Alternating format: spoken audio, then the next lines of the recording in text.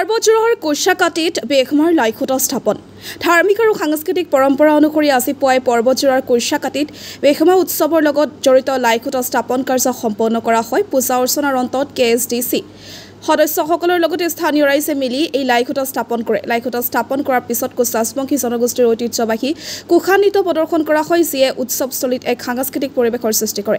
এইবাৰৰ বেগমা উৎসৱ অহা 17 আৰু 18 এপ্ৰিল তাৰিখে দুদিনীয়া কাৰ্যসূচীৰে অনুষ্ঠিত হ'ব।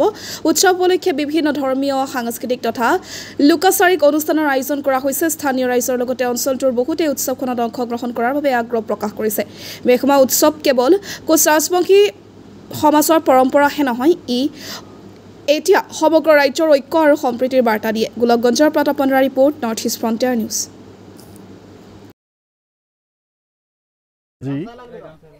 আমাৰ এই কোষাকাটি ৰাইজৰ মানে উপস্থিতিত আজি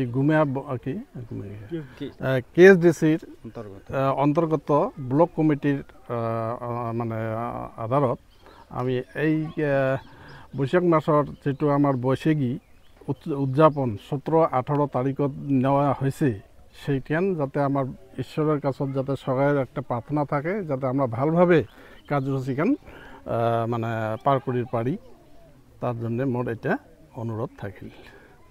আজি আমরা এই আইসা বৈশাখের 17-18 তারিখে আমরা এখন বৃহত্তর বেশমা করার জন্য প্রস্তুতি নিছি। তারে যে আমার প্রথম লাইখুটে স্থাপন হবে, তো সেই লাইখুটে স্থাপন করার জন্য আমরা সব রেডি, কুশাকাটি জলডোবা মলানডুবি সব রাইজের সহযোগত আজি আমরা লাইখুটে স্থাপন করব।